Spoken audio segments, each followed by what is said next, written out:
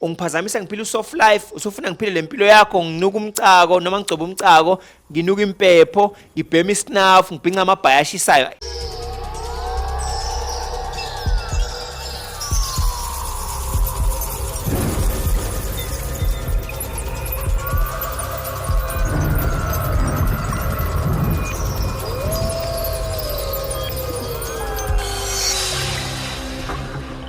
Siphinde sibingelele abantu abadala, uToki Mohoto okhulumayo, ngibizwe i-KZN podcast KwaZulu Natal. Nkosi yami, siyabezwa, basibizile sesifikile.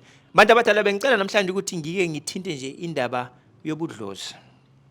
Siyasihlangane amakhanda, siye kubantu siyohlola, siye kubantu siyobhula, siye kubantu sifuna umhlahlo, sicela ukuchazelwa amaphupho, sicela ukutshelwa indlela efanele iqale iphelephi. Hayibo, cela ukukhuza kuqala.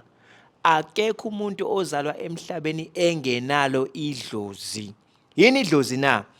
Uma kunomuntu wakini owadlula emhlabeni, uma esephuma enyameni uba idlozi, kusho ukuthi kusanezinto adingwenzelwa zona. Either uma efe ngesikhali ngokuyikhunga noma into engwijukhwebu ubuthakathi nananani, kufanele agezwe. Uma esegeziwe, wahlanganiswa, wamukelwa, futhi wafika kulabantu abangale, useba yithongo. Yini ithongo?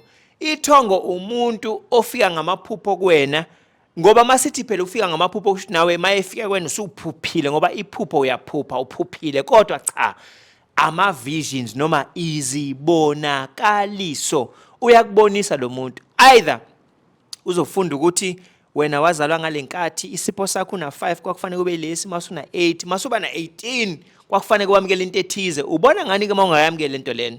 Bazokutshela labantu laba ngoba bafika ngamaphupho each time. Why befika ngamaphupho? Angithi uma uphila emini kusho ukuthi umoya wakho usuke usuppressed. Kodwa mase ulala usuphumuza inyama, kusho ukuthi umoya will be activated. Now it's very rare ukuthi mase ulele ebusuku ungaphuphi amaphupho noma uthole izibonakaliso. Now iningi liyayilenze into eyihlazo nehloni yokuthi uye kumuntu uthi ngicela ungihlola. Kwenziwa yini na ukuthi uye kumuntu uthi ngicela ungihlole noma ngicela ungitshele izindaba zami?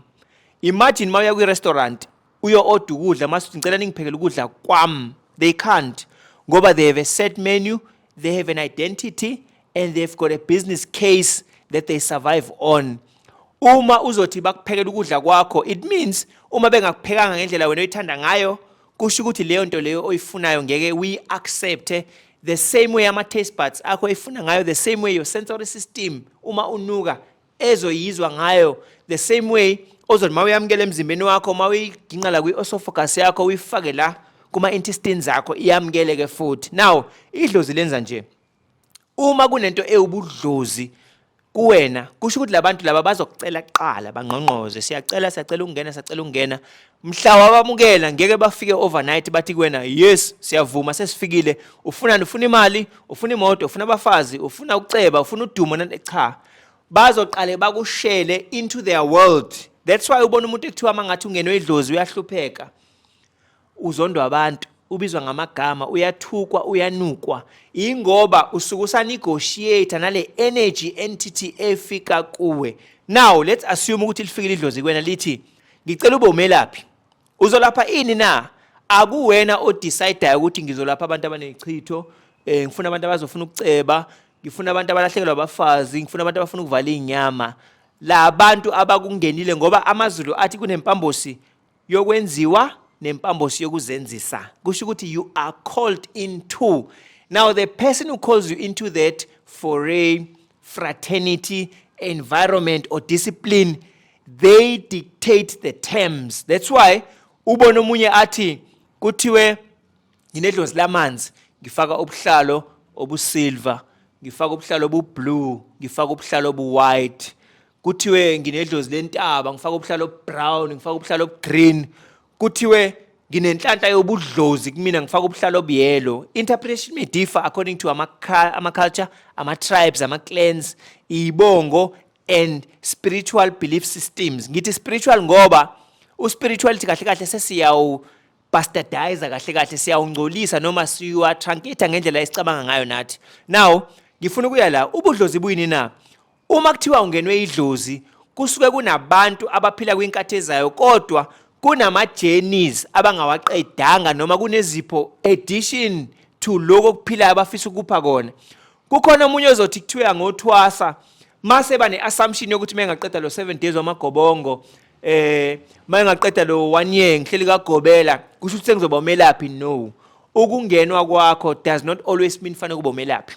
It could be ukuthi khona umuntu owafika kini waqala ubizo lokulapha wangaqedelela mhlambe kwakuyigedla labantu esibahlala entabeni bayazi imithi vele bayavuswa ekseni uhamba ukumuthi nje ukhande lokho ngo12 khona umuntu ozafanele kumlaphe. Khona laba basibiza ngethunywa kuthiwa kunokhamba lesithunywa ayikho leyo nto manga alukho ukhamba lesithunywa. Isithunywa is a spirit or an energy entity efika kuwe ngoba ithi njengomoya ngiyaphila kulomhlaba engiphila wona kodwa I've been assigned to you. Fanele ngiphile kuwena. Uzombona lo muntu ongathi uyisithunywa engathi uthanda amanzi, engathi uyazamula, engathi uhlola ngamakhandlela noma engathi yonke into ayithinta kufanele ithinte nje into eyiziba, impophomo, umfula noma ulwandle. Now, uma ngithi kunobudlozi ngesilungu kuthiwa these are marauding entities. Kusho ukuthi abantu who have transitioned from lo mhlaba esikuwona bafika komunye kodwa mabe ngale fanele baphathe umphako phela. Lo fika idlozi ngeyilanga lithi ngicela ungenzele iladi.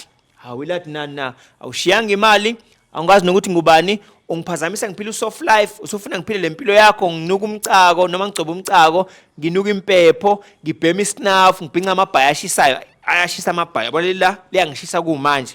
Kodwa ubudlozi lobu bufuna ukuthongelwa, kusho ukuthi kunama terms and conditions ekufanele kuwa accept wagcine. Ningathuswa abantu enibabona ku YouTube, uTikTok, uInstagram, uFacebook benitshela about their own personal experiences mase accept ukuthi idlozi lakho malifika kuwena lifuna usizo lakho ngoba umuntu ophila emhlabeni enyameni they can still continue the journey for umuntu wahamba, whereas umuntu oyispirit their journey has transitioned from the physical plane to the material or the metaphysical plane.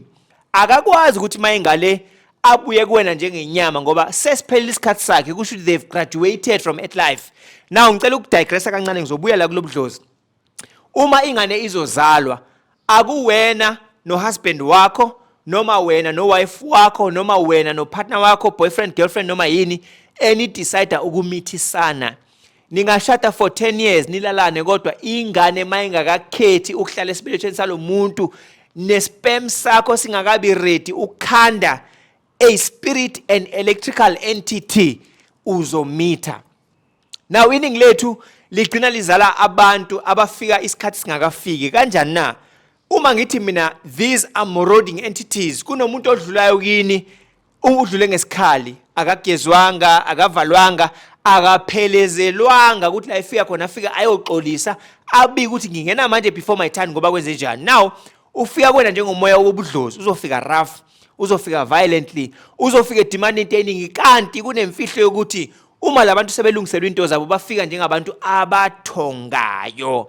Now uma ngithi bayathonga ngithi nina ngithi kunabantu ekuthiwa amathongo from 9 kuze kube u3 ekseni. Ingakho siye sibamba umthandazo sithi bogogo nani bomkhulu siyanibiza amathongo amahlamhlophe ahlanjuliwe, sithi kunina kulabo babe ukhokho womkhulu, khokho wokhokhokazi, uNkulunkulu babemthandaza babembiza entabeni. Sicela nifike kumanona abantwana abangenasici ngoba siwe sibiza ingelosi lapho. Ingane ingakho uyifundisa noma yini before age 6 ibambe. Siyayicela sithi manona ngenasici ingakho makuthiwa uyaphahla kuthiwa afaka ikhandlela elipink. Ma uyithatha lento yobudlozi enganasici engakazi ibonela ukuthi ufaka upink lo ngoba uzwana nabo phela. Upink is linked to menstrual cycle noma igazi lomuntu wesifazane maye ezokhipha igazi lakhe la noma kuzokhandeka umuntu. Mase beyithatha lento beyiphosa ngale kuthiwa bogogo ngoba inina nafika nashelwa omkhulu. Umkhulu uyazi ukuthi mapha amabhathi nowapresayo. Amanono athatha umthandazo awunike ogogo bawunike omkhulu bawunike unyandezi bawunike ingelosi zezulu. Mase befika bonke bafike kube isibuso kwena. So ningadlala abantu bathi unobudlozi fanele uyothwasa, ningadlala abantu nobudlozi fanele uyothonga. ungadlala abantu abanobudlozi kufanele ube into ethize ubudlozi buyikhulumela bona kodwa abukwazi ukukhuluma kuwena uma ukuthi kunezinto ongazigcine noma into ongazezi noma ungazazi futhi. Bantu abadala uma ukuthi niyafisa ukwazi ngalama topic noma nifisa ukungibona ngiyatholakala ku Instagram Toki Mohoto, Facebook Toki Mohoto, mase kuba u YouTube Toki Mohoto na ku TikTok futhi into efanayo. Ngiyabonga kakhulu.